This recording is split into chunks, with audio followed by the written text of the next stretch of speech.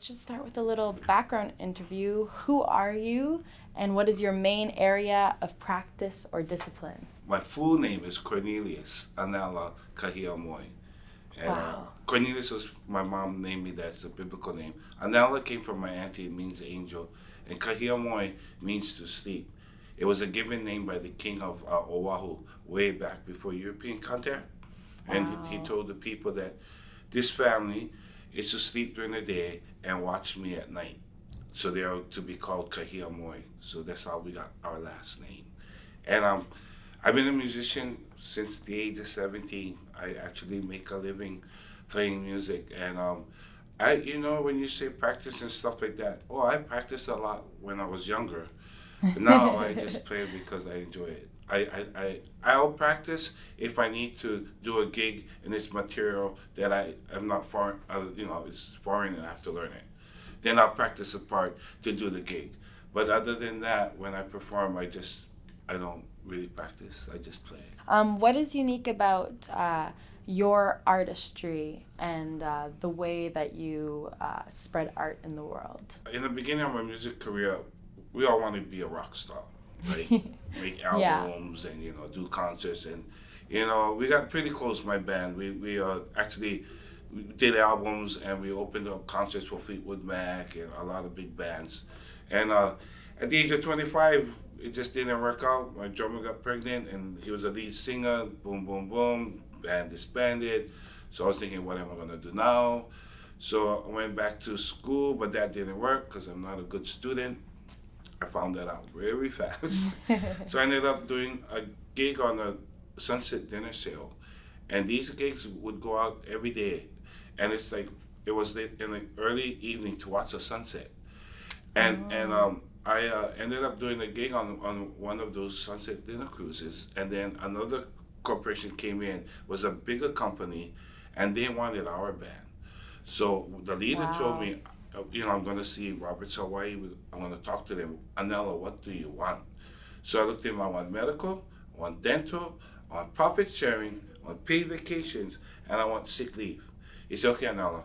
So he went to meet with the president of the company, and he came back and said, Anela, we got it. I jumped in the air. It was like I knew now I can play music for a living. I don't have to worry about doing clubs and clubs closed down. This and that. I've been through 8 years of all of those on the road trips. This I can go home every night. I got my taxes taken out. It's a legitimate gig. I can make loans. I actually bought a house I stayed with the company for 18 years. And it was the best gig. It was just 5:30 to 7:30, Monday to Saturday. Wow. I worked before the dinner cruise. I would do studio work because a lot of my friends were engineers, and a lot Okay. of the work that some of the groups were doing, he just said, "Anna, can you fix the guitar part?" Oh, sure. Boom, boom, boom, boom. So I Wow. would do that during the day, then I'll do the dinner cruise, then I'll go into Waikiki and play with it was how many piece was 7-piece show band, and I would do Wow. that. So my days were long. I would start about 10:30 and get through at 11 at night. 10:30 in the morning for do the studio work, and Cool. for a while I worked 7 days a week. Oh my On my goodness. days off, I would do solos because I had a feeling that one day I might end up going all the way down to one. And you know what? It worked out because my majority of my gigs are solo, and it's the only way you really can make a living here in the valley and on the island. Yeah. And I found that out really fast because when I first came and I joined the bands, and I was realizing that this $200 a week ain't gonna cut it. And Yeah. and it's like, and what? How often you gonna work a month? Because there's so many different bands, so many different clubs. So I had to figure out something, and I just did solo work, and I do all different types of solo work. I do celebrations of life. I do retirement, birthday, 50th anniversaries. I've done mostly. I've done stuff for the chief. He invites me into his living room to play for his niece, and people hire me for house parties, and that's the way I actually make a living. I mean, I was worried. I thought I would have to go back to Hawaii because I thought I wouldn't be able to make it as a musician here. But I will have to say, I've been here 10 years. The Comox Valley, it has the most, to me. I've been up north and south music. Right. And I'm so fortunate that I'm living in a place where I can share what I've done for 40 something years. And music is sharing. You know, you have to think that, and music is also making everybody have a better day. When they Yeah. come and see you, you want to share what you have in you, and make sure when they leave, you made them feeling good, because that's what we are. We actually, you look at a musician and people think it's a glorious thing. I look as a musician as a healer, as somebody Right. that you have a gift to share, to make somebody have a better day. Really simple. It's not Wow. about me. Yeah. I don't care about me. I go home, whatever. But no, honestly, it's really about the people. And if you can think that way, you'll always work. I Okay. have always worked. I have to manifest gigs now. I actually do. I Yeah. sit and I say, I need some gigs. And then boom, today I got a gig. They're flying me back to Hawaii to do a Wow. Mother's Day show that I used to do in the 80s. We used to pack the room, 800 people. Boom. And they're going to Wow. bring it back. And they're flying me back May 10th with my old buddies that I played with from high school. We did all these shows back in the day. And these gigs are charts. Okay. And I'll tell you a story about those charts. I actually had a gig. That's a gig with Back Up, the biggest singer in Hawaii. And she chose these charts in front of me. And I get lost. So the whole time I'm playing with my ear. But we had a gig at the prison. We had to play a union gig. And before the gig, the bass player told me that Loyal's not happy with your playing. And I went, so, she might let you go. So right before the show, it's an hour show, I grabbed the music, I put it on the side, and I tell the bass player, what key is this song? I do the whole show. She's looking at me. The more she look at me, the more I stop playing. So you gonna fire me?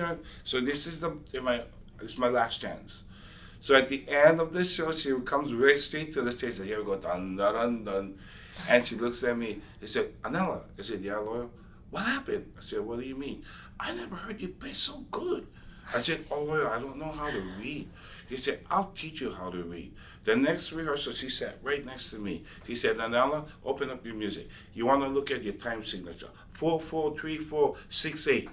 You want to go all the way down to these two dots. You go back to these two dots after that. When you see the number 1, you go to number 1. You go back in and you see number 2, number 2. And you see this sign. After you do the whole song again, you jump to this sign. There was a coda. And I Wow. went, thank you so much. It's all I needed. And I ended up doing shows. And then I ended up backing a lot of the big singers in Hawaii because she would recommend me as the guy to Right. get. And that was a different part from going from my rock and roll days. We didn't read music. We were like Paul McCartney. We just wrote the thing down, and we didn't write it. We just remembered it. It was all memory. Right. All Yeah, memory. and that's another thing with music. Uh, Try to memorize your music, because that's the only way you can really, let it out. If you're busy looking at an iPad or you're busy looking at the music, you're missing everybody. You need to get it out of the way so you can share it past the music and past the. So that's another story. I got asked to play for one of the top corporate bands in Hawaii. This band makes 5,000 an hour, 15,000 a night, and you gotta hire us 3 hours. There's 12 of us, Wow. 4 of the best female singers. No, 3 girls, 1 male singer, a horn section, me, bass player, drummer, keys. All of them were in like conservatories, Berkeley, and all this, because you had to read charts, right? Right. And I got the gig somehow. I got a sub, and it was a jazz gig. I played with the top jazz guys. Jazz is not my forte, so I'm trying to get by the gig, right? And I'm just trying to get by the gig. So the drummer's the leader, and he comes up to me and says, "Hey, Anela." So he'll go, "Hey, Barry." I said, "Yeah, Anela, it's it's interesting how you're getting around these songs. I'm looking at him, I'm like, are you dissing me or are you just, what are you trying to say? He's sitting there. It's interesting how you're getting around these songs. I'm like, okay. So what happened, okay, I done the gig, blah. Then I got another call. Then when you get the book, then you know you got the gig. So I got the book and I got the uniforms. You got uniforms too. And we did every gig under the sun. Any gig the corporate, we did Superstore convention in Hawaii. You know who played after us? Boys to Men was after us. Wow. We do some stuff in Hawaii for Farmers Insurance. After we get you playing, Earth, Wind and Fire plays after us. Huey Lewis in the News. Kool and the Gang. Anybody these corporate want to hire. Rod Stewart, he goes up and does his crooning for the executives up in Maui. You know, we're doing a gig on the other side. And yeah, and all us guys in the band, that's what we do for a living. Right. Yeah, we're full time. I've never worked a day in my life. I did a what you call that when you go for application for McDonald's at 16 years old, and my goal in life was to get my paycheck every 2 weeks and get a VW Bug and go surfing. Okay. That was my goal. That was it. That was it. And then McDonald's didn't hire me. They hired all my friends, and I felt like I was getting discriminated. Oh. But I realize it now that I probably filled in that application wrong. Nobody helped me. You know, I didn't have any help. So I'm thinking, yeah, maybe that was because I cannot be thinking whatever. But that was the best thing that ever happened to me. Because I went home and I played that guitar every day. I swear that summer I must have put in 10,000 hours. And I swore that my next job going to be better than McDonald's, and I'm going to show McDonald's that I'm going to get a better job than McDonald's. So my senior year in high school, I'm playing with some friends, and a counselor comes by and said, hey, Anela, you guys should come down to this place that I'm working at. It's a fine dining restaurant, and they're going to have entertainment there. And you guys should come and audition. She said, oh, wow, yeah. So, we go down and we audition, and the owners come out and sit with us. And, we had a 4-piece. He said, you get rid of that conga player, you guys practice one whole week, and you come back. And it was easy getting rid of the conga player because the dad was a jazz guitarist, and he wasn't making any money. Okay. So he didn't want his son to be a musician. Right. Really. Okay. And so that was all good. That was all good. So the bass player and the guitar player and I, we went home and practiced every day. We came back and he hired us. Wow. You showed McDonald's. I showed McDonald's. That's and incredible. I got the gig. I didn't ask my parents if I could do the gig. I just did it. I told my mom, Mommy, I'm going to be playing in that club. And the club was across the street from where she worked. She worked for State Farm Insurance. And the fine dining restaurant was across the street. And she goes, yeah. That's okay. So next week, Thursday comes around, school night is 8:30, and I'm dressed up with my guitar on the side. I don't have a license. My friend had to pick me up. And my dad says, where's the boy going? And I said, Mommy, I told you I'm playing in a club tonight. And so my friend toots his horn. So I run out of the house with my guitar. I didn't even ask them anything. They followed me. They came to the club that night. Wow. I mean, what parent wouldn't? Yeah. You know what I mean? Like I would be freaking, what, he's in a nightclub? So they came up and it was packed. So I told the owner, my parents are here. So he said, oh, I'm gonna bring them. He sat them right in the front. My mom and dad's eyes was big and they were looking at me.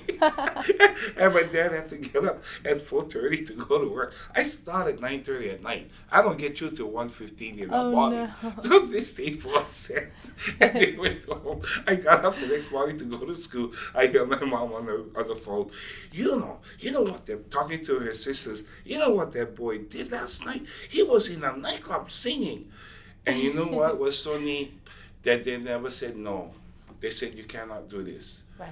They saw what I that night was the night that, and what happened that night was after I sang my first song, I said, I'm going to do this for the rest of my life. Do you have any advice that you would give to emerging musicians in this community or really in any community? Sharpen your skills. Don't think that you're good. Yeah. You're never good. But you can always get better. Right. Okay. You always think like that. Okay. Once you say you're good, you're done. How? Right. Well, you're not going to get any better because you're good. Oh. So try to sharpen your skills and try to be better than the other guy. Okay. I mean, to have the competitive in you too, to get the drive to be a better musician, but not to be prouder or anything, but just have that go get them. Mm-hmm. Don't turn down any gigs, because you never know who's at the gig that could move you to another gig. Right. So always take gigs. I remember I did a gig for my friend in the back of his yard. He's a good friend of mine. I was moving here. But this lady that owned a bar up in, where's that? It's way up north. Anyway, she hired me for her golf tournament. Paid me $600. I'm like, oh, sweet! From just free to $600. It's like, and at Martine's restaurant, I'm playing there. This guy asked me if I go to Vancouver to play. Really, I don't want to go to Vancouver. It's a long trip. I got to catch a ferry, got to get a hotel room. Right. So he emails me back. My dad's celebrating his 90th birthday. He goes to Hawaii every year at the Halekulani. It's one of the most expensive restaurants, hotels. I performed there many times for rich people. And so I said, if that man spends his time every year to Hawaii, I should go and play for him because he's contributing to me being a musician. Right. So I tell my son, okay, you need a hotel room, I need a ferry, I need X amount of money. I said, I hope he doesn't go for it. He went for it. Oh, I gotta do it again. So I get the email. It's at the Royal Vancouver Yacht Club. So my son-in-law, I said, where's the Royal Vancouver Yacht Club? So, whoa, that's where all the rich people go. Oh yeah, it says Jericho. So I said, okay, I gotta go to Jericho. So I go there and it's upstairs and there's like about 3-4 tables, about 10 people. And then they're making the announcement of the dad's birthday. And then Andrew Saxton's best friend, Jim Patterson. Oh. That was his best friend. He was sitting in the back, and I was playing for like the richest people. And at the end, I did Edelweiss for the dad. Edelweiss, Edelweiss. Oh, yes. They loved it. They came straight up to me. Thank you so much. That was beautiful. I said, thank you, Mr. Patterson. So you never know who in the audience, because his son saw me singing in a restaurant. Oh, I see. That's how I got the gig. That's way. how I got the gig. If I said no, I would have never met all these people. So don't turn down any gigs. What do you do when you're not creating? I spend time with my granddaughters. Ah. Yeah. That's wonderful. Yeah. How many granddaughters do you have? 3. 3 granddaughters. And 1 grandson. That's cool. You think maybe they'll play some music as Lola's they grow? Told me she's going to be a singer. There we go. So she already proclaimed it. It's already happening. Yeah. Right. What would you say has been your favorite performance of yours so far, where you really felt like alive on stage and like you have really come to that moment? I know you expressed that moment where you realized, I want to do this for the rest of my life. Is there one on the other end when you had become an experienced artist and you had a performance where you just felt like, I killed that? The Musicfest on the Gerson stage. And there was Paul McCartney's guitar, Lawrence Joubert was here, and a whole bunch of other guitar players from all around the country or the world. And I was one of the guitar players, and I was just having a great time and jamming and just thought, how wonderful. Yeah. We'd be selected among these musicians. That's amazing. So that was one of the highlights, I think. Or when Jerry Lee Lewis asked to come and play with us, and he came up and played with us, and then at the end he came to the stage, where's the guitar player? I said, oh, Mr. Lewis, I'm the guitar player. He said, son? I said, oh, he's calling me son. Son, I never heard anybody play as smooth as you. I could use a guy like you. I said, "Oh, thank you, Mr. Lewis." But the leader of the band during the breaks would come back during the set and say, "Hey, Anela, Jerry Lee Lewis, he wants you to play in his band." I said, "It's not Jerry Lee Lewis. It's probably one of those impersonators." I'm thinking, right? So the last set, I go walking around the set. The club's huge, and I see Tino sitting with this guy. Oh, it is Jerry Lee Lewis. So Jerry had asked to come and play with us. Wow. And that was, I think, a really pretty cool night. Yeah, that's Yeah, an because amazing moment. everybody just rushed the stage, and yeah, all the time. Gwen Stefani came up to me and told me, "You're a good guitar player." I said, "Oh, you're Gwen Stefani." Wow. She was smiling at me when I was playing. So this pretty blonde girl coming in. It was at the Turtleby Hilton, the only hotel on the North Shore. All the actors and musicians would come and spend time there. Yeah, I've met a lot of musicians too. What do you think is the toughest part of being an artist? Some guys gonna only wanna do what they wanna do, and it's all good, but don't expect to make $1 million unless it's something that the people really really like. Or if you're gonna be an artist, try to find something that people gonna like. I don't know. It's a tough one, but yeah, you have to find your niche. Right. Your niche. Where what groove you're gonna get into to make yourself different and unique, because that's what you need to be an artist. I can play with anybody, any genre, anything. So I don't stick with just originals. Some people only do originals, which is fine. You know what I mean? Whatever floats your boat. Right. But don't expect to be making $1 million right now, right? Right. Stay flexible. Yeah, stay flexible in what you do. There's time and place for everything. Do you have any influences or people you'd like to give a shout out to? Oh, well, yeah. James Taylor. Okay. James Taylor. When I was in the 8th grade, I think my 3 albums was Sweet Baby James, Tapestry, and I Love Santana. So I kind of play kind of Santana songs too. So as influences, if you hear my playing, I if I have an overdrive, I kind of emulate Santana and some jazz artists, a fusion. And acoustic guitar, I use a lot of finger pickings from playing a lot of James Taylor stuff. And so yeah, those influenced my music. And is there anything specifically in the Comox Valley that you would suggest to people that maybe you think is undiscovered as far as the music community? I support the open mics. Open mics? Yeah, well, I support any place with live music. Okay. Yeah, I'll go into the venue, and after I get to work, and I'll buy a drink and watch the bands to support live music, because without the support, you're not gonna have live music. Yeah. So as a full-time musician, my job also, I feel, is to support the artists. And I came here with nothing, with no gig, with a guitar in my hand. Now I just left, making like 6 figures in Hawaii. Wow. And then I came here with nothing. Let me tell you, I had to start from scratch, and it was open mics I went to, because I came here in February 10 years ago, and I had SADS. I thought I made the worst decision in my life. I said, "What the fudge did you do?" I mean, what you can't work a regular job. I'm like, really, I'm not gonna work a regular job. So, but then I just was so depressed, and then one day, after crying, I said, "What the fudge was that? What was that about?" And then I went, "That's not you, Anela." So I said, "Well, think of it this way. If I sit here and cry, boo-hoo on you. You're not doing nothing. Get off your butt and get out there." And I did. I said, "Okay, I get off my butt." I talk to myself all the time. And I went to the open mics. And my friend Luke Guthrie, he would help me.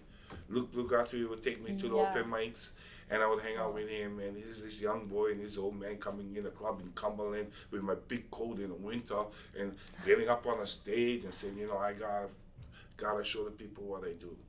And then the weather got better. Then I went, it helps. It's not all year round. I just have to deal with seasons. That's what they call seasons. I went, I got it. So then I started working out, going to the gym. That helps a lot. Right.